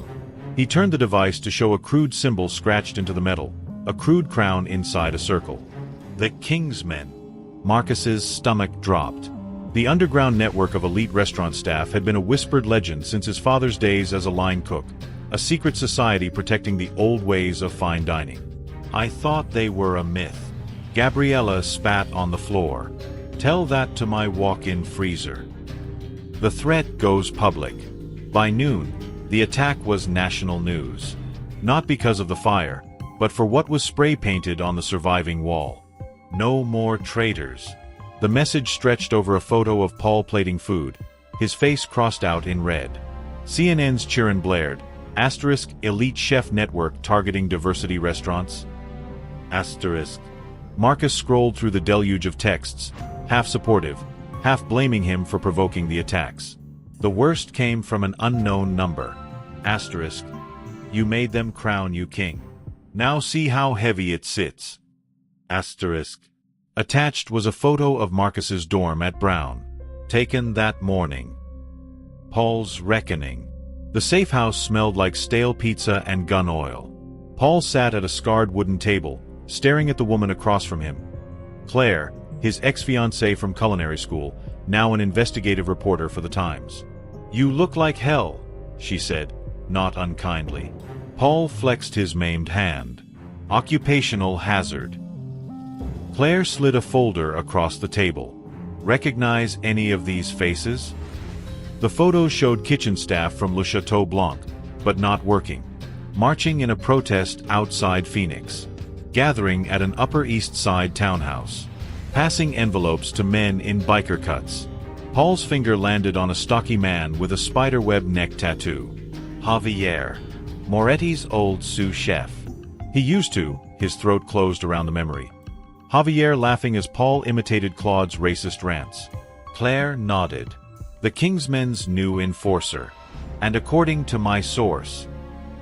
She tapped the last photo, Javier handing cash to a familiar face.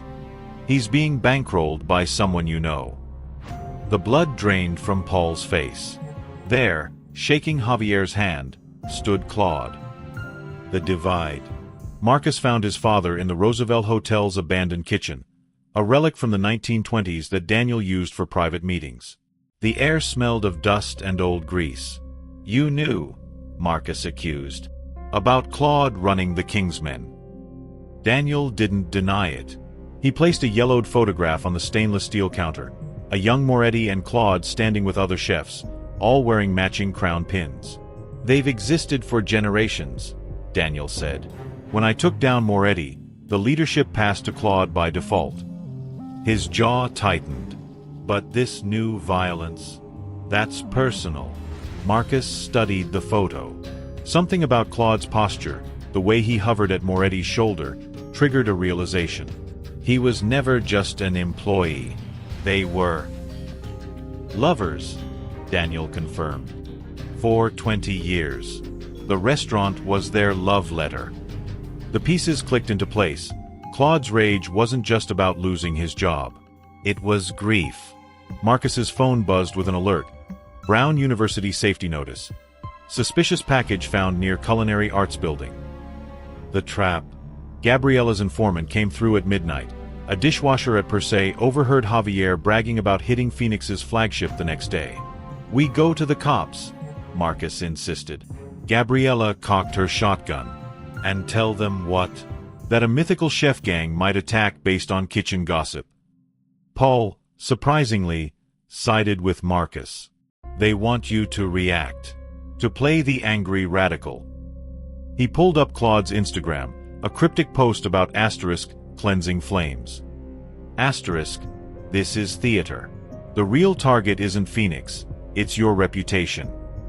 Daniel's phone rang. The caller ID froze them all. Blocked, likely Moretti. He answered on speaker. "Daniel." Moretti's voice was weaker but still sharp. "Check your secure Dropbox." The file contained blueprints, not for a restaurant, but for a private club's underground tunnels. The location made Marcus's blood run cold, directly beneath Brown's culinary school. Moretti's message arrived as they stared. Claude always did love a dramatic exit. The tunnels beneath Brown University smelled of damp limestone and something sharper. Kerosene, Marcus realized with a jolt. His flashlight beam caught glistening trails along the brick walls where accelerant had been brushed. "Move!" Gabriella shoved him forward as a ratcheting sound echoed through the passage, someone winding a detonator. They burst into a cavernous chamber just as the first explosion rocked the foundations above. Dust rained from the ceiling as Marcus's phone lit up with emergency alerts. Gas leak reported at Culinary Arts Building. Evacuate immediately. Across the room, Claude stood before a makeshift altar of chef's knives and Le Chateau Blanc memorabilia, his once pristine suit now stained with sweat and soot. "Right on time," he rasped. Behind him, a dozen Kingsmen in white jackets with black crown emblems formed a line, their knives catching the flickering torchlight. Gabriella leveled her shotgun. "You bombed your own people?" Claude's laugh was unhinged. That building was a monument to Moretti's weakness. Just like Phoenix. His gaze locked on Marcus. "But I'll burn properly." Paul adjusted his borrowed chef's whites in the mirror of the Michelin-starred kitchen. The Golden Toque competition's rules were simple. 12 chefs, 3 elimination rounds, 1 winner. And 1 uninvited guest, Javier, his spiderweb tattoo peeking above his collar, sharpening his blades at Station 4. "Contestants, ready your stations," the MC called. Paul's hands shook as he tied his apron. This was insanity. Claire's tip about the Kingsmen using the tournament to recruit new members was thin at best. But with Marcus and Gabriella chasing Claude, it was the only lead they had. The first challenge began, a deceptively simple consommé. Paul focused on clarifying his broth, aware of Javier's eyes boring into his back. "You cook like a dishwasher," Javier muttered as they passed during the herb selection. Paul kept his voice low. "And you torch restaurants like a coward." Javier's knife stilled. For a terrifying second, Paul thought he'd miscalculated. Then the bigger man smirked. Final round. After hours. Bring your best knife. The implicit challenge hung in the air. This was his in. Gabriella's ghost. The second explosion sent Marcus sprawling. His ears rang as he pushed himself up, tasting blood. Somewhere in the smoke, Gabriella was shouting. Not at him, but at Claude. "You used my recipe," she roared. Marcus crawled toward the sound, his hands scraping against broken tile. Through the haze, he saw Gabriella holding a charred page from a cookbook, her face twisted in betrayal. Claude wiped his bloody mouth. The bouillabaisse de la mort was always meant for this. Vincent promised it to me. Realization dawned on Marcus. The signature dish that made Gabriella's reputation, the one she'd refused to make since her days in Marseille, was being used as a blueprint for the bombs. Gabriella moved faster than Marcus could process. 1 second she was across the room. The next she had Claude pinned with a knife to his throat. "Tell me where the others are planted," she hissed. Claude's smile was gruesome. "Like you taught me, chef, the best flavors develop with time." The sacrifice play. Paul's final dish was a gamble, duck à l'orange, but with the bitter Seville oranges Claude had famously hated. A provocation. Javier loomed over his station as the judges deliberated. Midnight. Alley behind the venue. Come alone. The words were barely out of his mouth when screams erupted from the dining room. Paul's blood turned to ice. He knew that particular timbre of panic. Rushing out, he found chaos. Diners stampeded toward exits as black smoke poured from the kitchen. And there, in the center of the maelstrom, stood Marcus, his face bloody, gripping a fire extinguisher. Their eyes met across the room. Marcus's lips formed 2 words. Asterisk, they're here. Asterisk. Javier's meaty hand clamped onto Paul's shoulder. Change of plans. You're coming with us now. The revelation. The tunnels beneath Brown were collapsing. Marcus dragged Gabriella through the rubble as another detonation shook the earth. Claude's manic laughter echoed behind them, cut short by a crashing beam. They emerged into the crisp night air to find campus police swarming. But Marcus's attention was fixed on his phone, a notification from Paul's emergency tracker, moving rapidly toward the waterfront. Gabriella coughed blood onto the grass. "They're not just attacking places," she gasped. "They're targeting people." The realization hit Marcus like a punch. The King's men weren't just destroying buildings, they were eliminating everyone tied to Moretti's downfall. And Paul was walking straight into their hands. The abandoned fish market reeked of salt and rotting wood. Paul's wrists burned where the zip ties cut into his flesh as Javier forced him to his knees before a makeshift throne constructed from lobster traps and charred kitchen equipment. "Kneel for your king," Javier sneered, landing a kick between Paul's shoulder blades. The figure seated atop the throne leaned forward, the dim light catching the gold embroidery on his chef's jacket, a familiar jacket. Paul's breath hitched as recognition slammed into him. Chef Laurent. The man who had trained him at culinary school, who had written his recommendation letter to Le Chateau Blanc, smiled benevolently. His fingers stroked the crowned skull pendant around his neck, the mark of the Kingsmen's high commander. "My wayward son returns," Laurent said in his thick Bordeaux accent. He held up Paul's duck à l'orange from the competition, now congealed in its takeout container. "Still overcooking your proteins, I see." Javier pressed a butcher's knife against Paul's throat. "Let me gut him like the traitor he is." Laurent waved a dismissive hand. "Non. Our Paul has value." He stood, circling Paul like a sommelier inspecting a questionable vintage. "You will deliver a message to your... what do they call you now? The Phoenix Redemption Project." From his jacket, Laurent produced a familiar object, the gold lighter Claude had always carried. Paul's stomach twisted. "Tell Marcus Johnson," Laurent whispered, flicking the lighter to illuminate the scars covering half his face, burns Paul now realized were fresh, that fire can both create and cleanse. Marcus paced the cramped FBI safehouse, his sneakers sticking to the linoleum with each turn. The agent in charge, a weary-looking woman named Dern, scowled at her laptop. Your friend's tracker stopped moving near Pier 17, she said. But we can't raid without. Without what? Marcus slammed his palms on the table. They have bombs. They took Paul. What more do you? The door burst open. Gabriella entered, supporting a bloodied figure, Claude, his left arm hanging at an unnatural angle. Every muscle in Marcus's body locked. What the hell is he doing here? Gabriella dumped Claude into a chair. Turns out the King's men like traitors even less than we do. She tossed a charred notebook onto the table.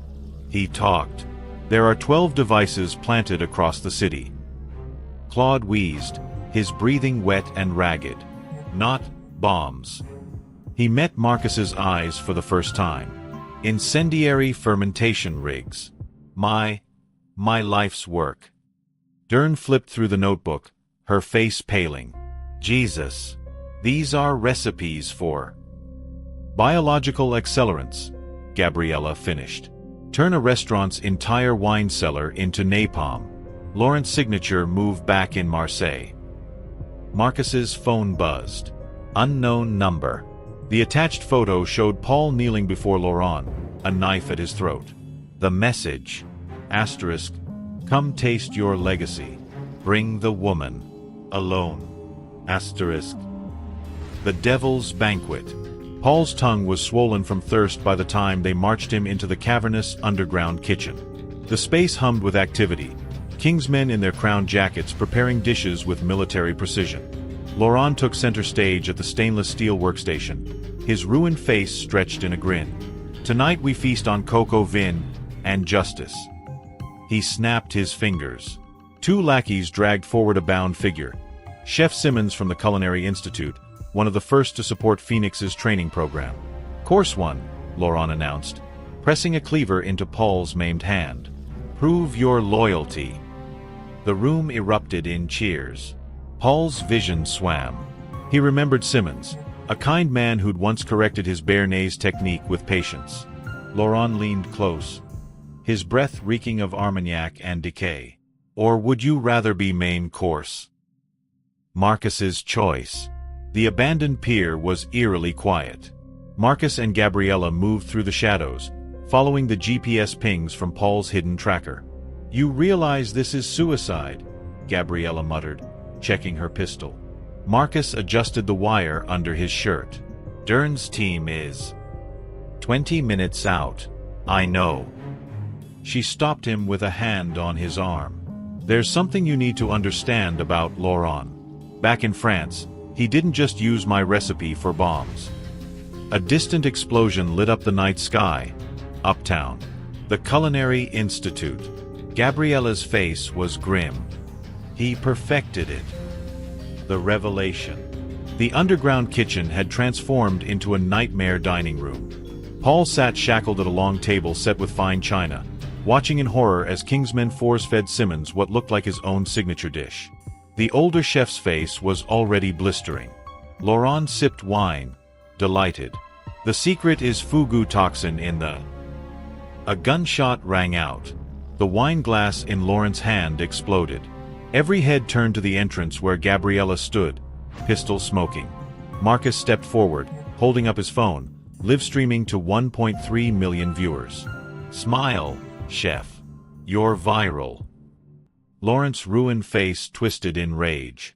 He raised his hand, revealing a detonator. Paul acted on instinct. He flung himself forward, teeth sinking into Laurent's wrist. The world erupted in screams and gunfire as they crashed to the floor, the detonator skittering away. The last thing Paul saw before darkness took him was Marcus tackling a Kingsman, moving with a fury he'd never seen before. The hospital room smelled of antiseptic and overcooked green beans, a scent Paul now associated with institutional suffering. He blinked against the fluorescent lights, his throat raw from intubation. The television mounted in the corner played muted news footage of chefs across the country burning their crowns in protest. A nurse noticed he was awake and rushed out. Moments later, Marcus burst in, his locks wild like he'd been running hands through them for hours. You're trending again, Marcus said, voice cracking. He turned up the volume. CNN's cheerin' read, *Underground Chef Network exposed, nationwide protests grow. Asterisk the screen split to show footage from the pier. Lawrence scarred face, Paul's desperate lunge, the moment the live stream cut out as gunfire erupted. Paul tried to speak, but only managed to croak. Marcus handed him a cup of water with a straw. Lauren. Paul rasped. I see you. Full burns. Marcus's jaw tightened. Gabriella vanished with his black book. FBI thinks she's hunting remaining Kingsmen. The door opened again. To Paul's shock, Chef Simmons entered, his hand still bandaged but his posture erect. You saved my life, Simmons said without preamble. He placed a business card on the tray table. Asterisk Director, Culinary Institute of America Star. When you're healed, there's a teaching position waiting. We're rewriting the curriculum. Paul stared at the card, his vision blurring. The last time he'd stood in a classroom, he'd been the one teaching waiters how to profile diners. The offer, extended scene. Marcus's dorm room looked like a war room. Maps of known Kingsmen hangouts covered the walls, connected by red string. His laptop played security footage from the Culinary Institute bombing on loop. His roommate Ethan cleared his throat. Dude. The White House is calling again. Marcus ignored the buzzing phone, focusing instead on the envelope delivered by armored car that morning. The embossed crest of the James Beard Foundation gleamed under his desk lamp. Inside, a single card. Asterisk, your presence is requested at an emergency summit on culinary ethics. We believe you should keynote. Asterisk. Ethan whistled. That's like the Nobel Prize of Food. Marcus tossed it onto the growing pile of offers. Asterisk 60 Minutes asterisk, Harvard's Kennedy School, even a bizarre cameo request from the Bear. They don't want me, Marcus said, rubbing his temples. They want the meme. The angry black kid who took down the system. His phone lit up with a text from an unknown number, Gabriella's burner. Asterisk Lawrence book lists 87 Kingsmen in Michelin kitchens, including 3 at Beard House. Trust no one. Asterisk. The ghost of Gabriella. The Marseille's dock stank of fish guts and diesel. Gabriella moved through the pre-dawn fog like a shadow, her knife strapped to her thigh, the black book sewn into her jacket lining. The boulangerie looked unchanged after 15 years. Same blue awning, same smell of burnt sugar. The bell jingled as she entered. Behind the counter, an old woman looked up, her flour-dusted hands freezing mid-kneed. Recognition flashed across her wrinkled face. They said you died in the fire, the woman whispered in French. Gabriella placed Lawrence's book on the counter. I got better. The old woman's hands trembled as she flipped through pages filled with names, dates, attack plans. Her finger paused on one entry, a bombing at a Paris bistro in 2008. My granddaughter was there, she breathed. Gabriella met her eyes. Make them pay. Paul's crossroads. Physical therapy hurt like hell. Paul gritted his teeth as the therapist manipulated his maimed hand, the skin still pink and tender. You're lucky, the therapist said. Most nerve damage this severe. I know, Paul interrupted. He'd heard it a dozen times. The doctors had been more interested in how a disgraced waiter-turned-Kingsman victim had become a symbol than in his actual recovery. The door opened. Claude stood there, leaning heavily on a cane, half his face still bandaged. Paul's muscles locked. You. Claude limped forward, dropping a newspaper on the therapy table. The Times profile of Paul titled asterisk, From Bigot to Hero, the Unlikely Face of Change. Asterisk. You always were a better actor than Chef, Claude sneered. Paul surprised them both by laughing. Says the man who played loyal servant while fucking the boss. Claude's good eye twitched. He slid an envelope across the table. Inside, plane tickets to Provence and a key. My cottage, Claude said stiffly. The kitchen is adequate. Paul stared at the tickets. Why? Claude turned to leave. Because someone once gave me the same choice. The trap sprung. Marcus knew something was wrong the moment he entered the Beard House. The usual clatter of prep work was absent. Only 3 people stood in the gleaming kitchen, all star chefs, all watching him with identical polite smiles. The tallest one stepped forward. Marcus Johnson. We've been waiting. His phone buzzed in his pocket, Gabriella's warning too late. As the chefs reached into their jackets, Marcus realized two things simultaneously. 1. None of them were Kingsmen. 2. They were all wearing wires. The tallest chef spoke clearly for the recording devices. We want to discuss how Phoenix Hospitality can partner with legacy institutions too. Marcus burst out laughing. The mic'd-up chefs blinked. You're scared, Marcus said, shaking his head. Not of me, of her. Gabriella's still out there with that book. He leaned against the stainless steel counter. Tell me, how many of your restaurants have accidental fire insurance claims? The chefs exchanged glances. The game had changed. The prison visitation room smelled of industrial cleaner and stale coffee. Marcus sat across from Vincent Moretti, watching as the dying man's trembling hands unfolded a napkin embossed with the Kingsman's crown skull insignia. You look like shit, Marcus said bluntly. Moretti's laugh turned into a wet cough. Liver cancer has its perks. They let me have real butter now. He smoothed the napkin between skeletal fingers.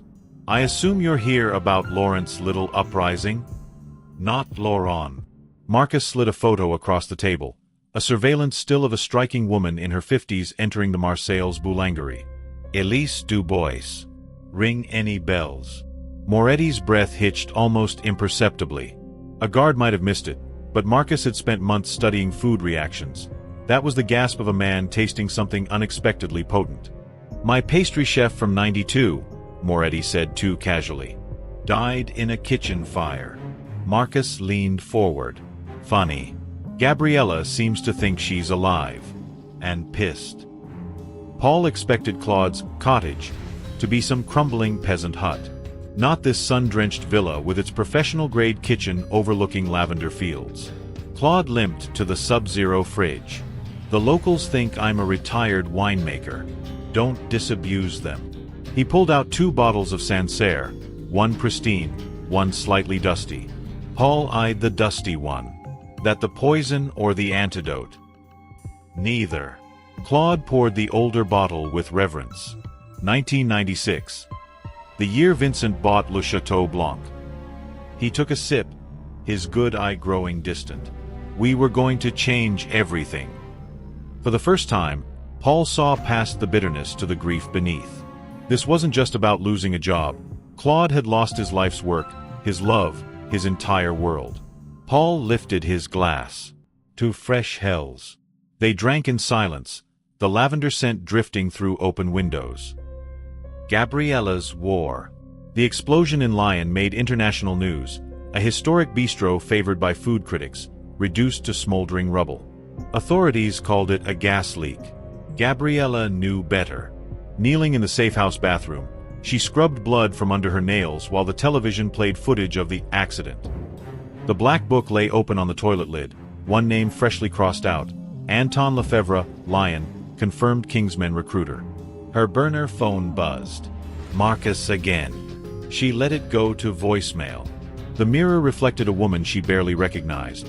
Hair dyed black, face lean from months on the run. Only her hands remained unchanged, the knife scars mapping her journey from prodigy to predator. She picked up the book, flipping to the next marked page. Elise Dubois, Marseille's Lawrence maker. The name stirred old memories, a woman's laughter, the smell of burnt sugar, the night the Kingsmen came for her mentor. Gabriella strapped her knife back on. Some debts required personal attention. The Beard House scandal. Marcus's Instagram post went nuclear. Asked the James Beard Foundation why 3 of their board members suddenly resigned after my visit. Hashtag culinary cover-up, Within hours. Hashtag Michelin Gate trended globally. Protesters gathered outside the foundation's Manhattan offices. 4 celebrity chefs released vague statements about reckoning with problematic pasts. Ethan burst into their dorm room waving his phone. Dude. The Times food critic just tweeted that she's boycotting all Beard-awarded restaurants until they release their membership lists. Marcus barely glanced up from his laptop, where he was cross-referencing Kingsmen names with beard winners. They'll stall, then rebrand, then pretend this never happened. His phone buzzed with an unknown French number. The text contained a single photo, Gabriella standing beside an elderly woman in a Marseille's bakery, both holding knives. The caption, asterisk, meet the woman who trained Laurent. She wants to talk. Bring wine. Asterisk. The reckoning begins. Paul stood at the villa's stone wall, watching the sunset paint the lavender fields gold. His phone showed the lion explosion coverage, Marcus's viral posts, even a Vice article speculating about his own disappearance. Claude joined him, leaning heavily on his cane. Regretting your choice? Paul thought of the teaching offer still in his duffel bag, just wondering how long before they find us. As if summoned, headlights appeared down the winding drive. Not the police or press, a sleek black car with diplomatic plates. The driver stepped out. Paul's breath caught. Daniel Johnson hadn't aged a day. Gentlemen, Daniel said, removing his sunglasses. We need to discuss Gabriella's warpath before she starts World War III. The Marseille safe house smelled of fresh baguettes and gun oil. Marcus stared at the elderly woman stirring a pot of bouillabaisse with one hand while casually cleaning a pistol with the other. Elise Dubois looked nothing like the faded 90s photos. Her silver hair was cropped short, her chef's whites replaced by tactical black, but the scars tracking her arms mirrored Gabriella's. You taste. She shoved a spoon at Marcus, the broth still steaming. Marcus sipped. The flavors exploded. Saffron, garlic, a briny depth no restaurant could replicate. This is incredible. Elise snorted. Should be. I invented it. She set down the gun. In 1987, Laurent was my apprentice. Moretti came to Marseille, tasted my bouillabaisse, offered me a fortune for the recipe. Her fingers traced a particularly nasty scar. When I refused, he sent Laurent back with a knife and a lesson about loyalty. Gabriella placed the black book on the table, opened to a page listing addresses in Nice. The Kingsmen didn't start with Moretti. They've been guarding culinary purity since Escoffier's time. Elise's laugh was bitter. Oh, it's much older than that. She opened an ancient ledger filled with names, some circled in red, others crossed out. The first Kingsmen were royal chefs poisoning rivals for Louis XIV. Moretti just commercialized it. Marcus's phone buzzed with a text from Daniel. Asterisk, found Claude. Get to Provence. Now. Asterisk. Daniel's black SUV tore through the lavender fields at dusk, kicking up purple haze. In the back seat, Paul gripped the door handle as they skidded to a stop outside Claude's villa. The front door hung splintered open. Daniel drew his pistol. Stay behind me. Inside, the scene was surreal. Claude stood at gunpoint before a striking brunette in a tailored pantsuit. Not a Kingsman. Not a chef. Paul recognized her instantly. Isabella Moretti. Vincent's estranged daughter turned from the floor-to-ceiling windows, her Louboutins crunching broken glass. Paul Delacroix. I've seen the memes. She nudged a ledger with her toe, Claude's secret records of every Kingsman payment. Papa's dying wish was to burn these. I'd rather monetize them. Claude coughed blood. She wants to rebuild the network. Cleaner. Smarter. Isabella smiled. The world will always need people willing to do ugly things for beautiful food. She aimed her pistol at Daniel. Which brings us to you. Paul lunged as the shot rang out. The Beard Foundation exposed. Marcus's live stream from the Marseille's kitchen went viral before the Beard Foundation's lawyers could block it. Elise's testimony, backed by decades-old documents, detailed how the Kingsmen had rigged Michelin ratings, sabotaged minority-owned restaurants, even influenced culinary school curricula to favor classical, read, white European, techniques. The bombshell? A handwritten letter from James Beard himself in 1952, lamenting the old boys' network of French-trained chefs gatekeeping American cuisine. Gabriella watched the comments pour in. Asterisk, my Tia's taco stand failed after a bad review from a Beard winner. Asterisk. Asterisk. This explains why my African fusion place got passed over. Asterisk. She muted the stream as Elise pressed a knife into her hand. Time to finish this. Isabella's truce dinner was a masterpiece of hypocrisy. 12 courses served on antique china in a Provence chateau, each dish prepared by chefs whose restaurants she secretly owned. Paul played his part perfectly, the obedient traitor serving Daniel, now sporting a bullet graze on his temple, and Isabella, who watched like a hawk. The pivotal moment came with the cheese course. Isabella lifted her glass. To new beginnings. Paul hesitated just long enough for her to notice. Isabella's smile turned dangerous. Problem, Paul. It's nothing, he mumbled, but made sure she saw his hands shake as he poured her wine. As predicted, Isabella switched glasses with Daniel at the last second. Paul waited until she'd taken 3 sips before saying, "By the way, that's the poisoned one." Isabella's glass shattered on the floor. The scream that tore from Isabella Moretti's lips wasn't fear, it was rage. She backhanded Paul hard enough to send him sprawling into the antique dining table, sending crystal glasses crashing to the stone floor. "You lying little worm," she hissed, clutching her throat. Paul wiped blood from his split lip, watching her pupils dilate. Not lying about the poison, just about which glass it was in. Isabella's head snapped toward Daniel, who calmly set down his untouched wine. "You bastard. You'd murder your own. Please." Daniel straightened his cuffs. "It's just ipecac. You'll vomit for hours, but you'll live." His smile turned glacial. "Unlike the 3 chefs your father had killed in Marseille." Isabella lunged for the steak knife just as the chateau's doors burst open. The final recipe, extended scene. Gabriella moved through the lion's safe house like a shadow, her knife finding the first Kingsman's kidney before he could raise the alarm. Elise covered the exits, her antique revolver picking off reinforcements. Marcus's job was simpler: plant the cameras.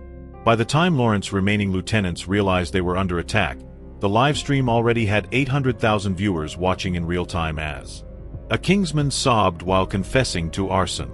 Another turned over a ledger of paid-off health inspectors. The final holdout pulled a gun, on camera.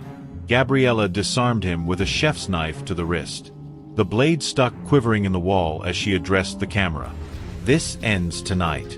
Any chef still wearing a crown after sunrise is fair game." The video feed cut just as police sirens wailed in the distance. The choice. Isabella knelt on the chateau floor, vomiting into a silver ice bucket, when Claude limped forward with the ledger. "Sign it over," he rasped. "All your holdings.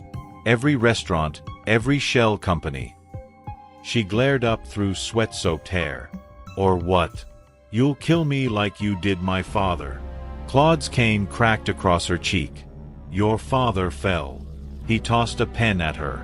"Sign, or I call the Swiss bankers holding your offshore accounts." Isabella's hand shook as she scrawled her name. Paul watched, sickened yet fascinated, as decades of culinary corruption transferred to a single name. Daniel Johnson. The New World Order.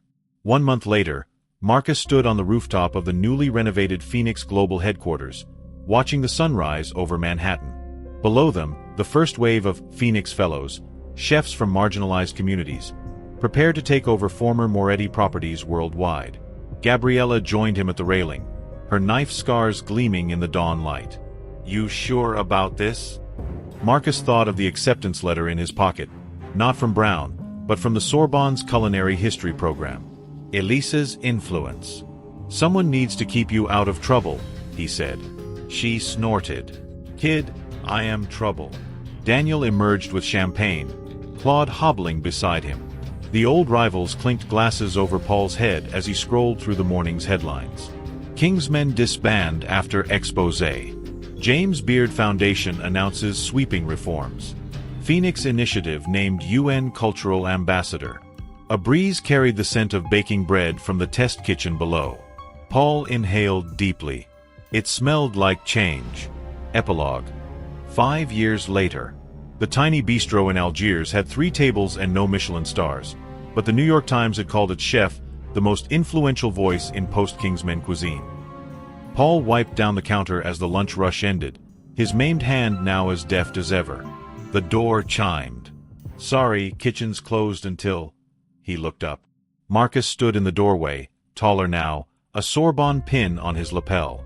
Behind him, Gabriella smirked, her arm around a silver-haired woman, Elise, very much alive and holding a suspiciously knife-shaped parcel.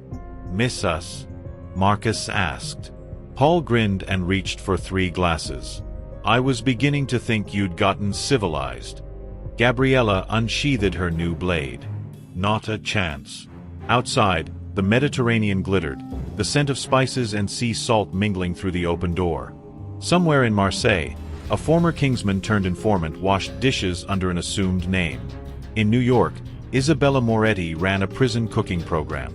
And in a Provence cottage, an old man sipped Sancerre and watched the lavender grow. The world turned. The knives stayed sharp. And the food. The food was finally free.